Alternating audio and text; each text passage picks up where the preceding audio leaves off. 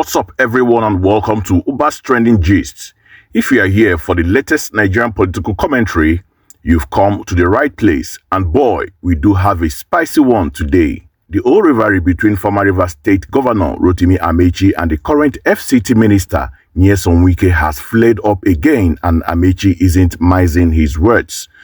So this is the gist. Rotimi Amaechi, speaking yesterday on Arise Television, essentially took a swipe at Nyesom Wike, implying they are not on the same political level.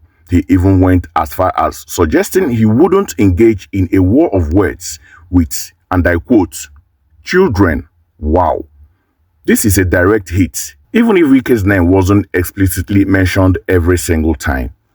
Now, Amaechi has generally tried to stay clear of directly engaging Wike in public spat recently, but it seems the pressure on the Arise TV interview got to him.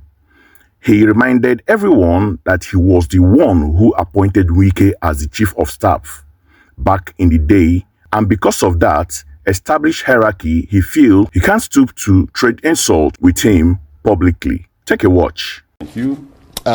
Much of that time has been consumed by your involvement in Nigerian politics. With age and experience, does it get easier? Let's lay the ground rules. I accepted to participate in this interview because we said we will not discuss politics. There are only three political issues I will clear right away before we proceed to social issues. The first one is that nobody made me governor. God, Dr. Peter Odili, and the Nigerian judiciary. Nobody. And as journalists, nobody has ever asked that man that says he made governor, how did you make this man governor? Right. Nobody has ever asked that question. Two. So how did you become governor then? I don't know. I went to court. Latif Pabemi is my lawyer. He's not the Attorney General, so you should ask. So that's one thing that needs to be made very, very clear. Two, it is not true that I'll call him Mohammed Bello Adoke flew all the way from Abuja to Port Harcourt. That Wike asked me to make him commissioner for finance, and I said no. He has to work under me. I want him as chief of staff so I can supervise him. I didn't offer him commissioner for finance. You see, I'm saying this because I don't want to join issues with children. Sure. I don't want to join issues with children. Now we're finished with political questions. Can I go to social questions? Yeah, but you know the questions lead to other questions. No, I told you we will discuss. We will discuss. Because when you say you wanted him to watch over him, what does that mean? Governor supervising his staff. Because you felt he was a bit of a sort of renegade. No, I don't want to discuss that. I don't want to discuss politics. I've told you here that it's governor supervising. I will respect that. Governor supervising his staff. And we appreciate the fact that you took the time. You know, he made himself chief of staff. He made himself governor. He made himself minister. He made himself local government chairman. So end it there. Don't go further. Discuss my sister's birthday. Let's move forward. Okay. Let's move forward. But as I said, these things might be touched on peripherally. Do you have satisfaction at what you've achieved at the age of 60? Do you think... Now, let's dive deeper into Amaechi's main point, because there are quite a few layers here. First, the boss mentality. Amaechi clearly stated, I was once his boss. Whether he likes it or not, I hired him. I could have said no. This is Amaechi reasserting his past authority over Wike, positioning him as a senior in their political relationship.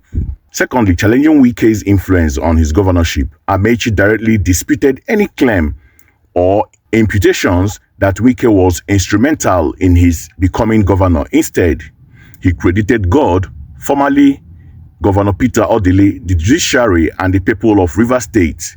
He even urged journalists to press Wike on how exactly he contributed. This is a significant pushback against a narrative Wike might have been cultivating. Thirdly, the chief of staff appointment. This was a fascinating insight. Amaechi claims he specifically made Wike his chief of staff to supervise him closely, despite alleged pressure to make Wike the commissioner of finance.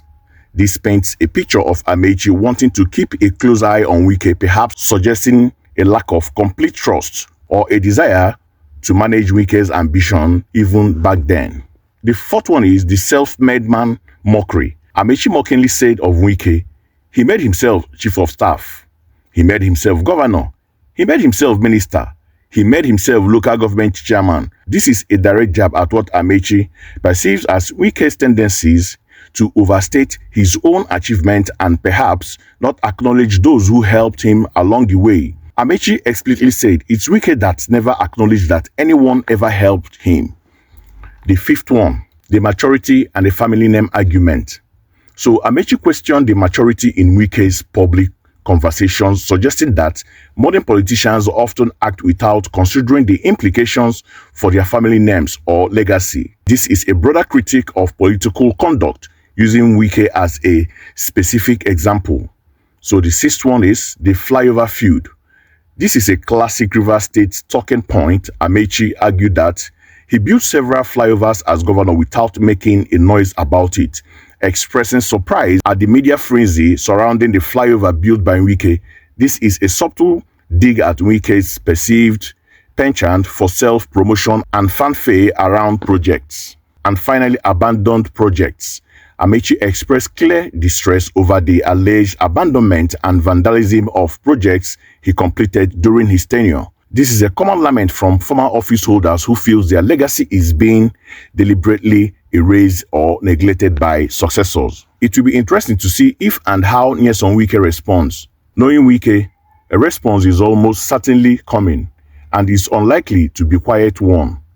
This ongoing saga continues to be a major feature of Nigeria's politics. Amaechi has thrown down the gauntlet, essentially trying to put Wike back in his place in the historical hierarchy of their relationship. So what do you guys think?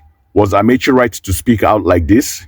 Is he accurately portraying their past relationship, or is this just political posturing? And who do you think is winning this war of words? Let me know your thoughts in the comments below. Don't forget to hit that like button if you found this analysis insightful. Subscribe to Uber's Trending G's for more breakdown on Nigerian political news, and ring the notification bell so you don't miss out on our next video. We will definitely be keeping an eye on this story. Thanks for watching.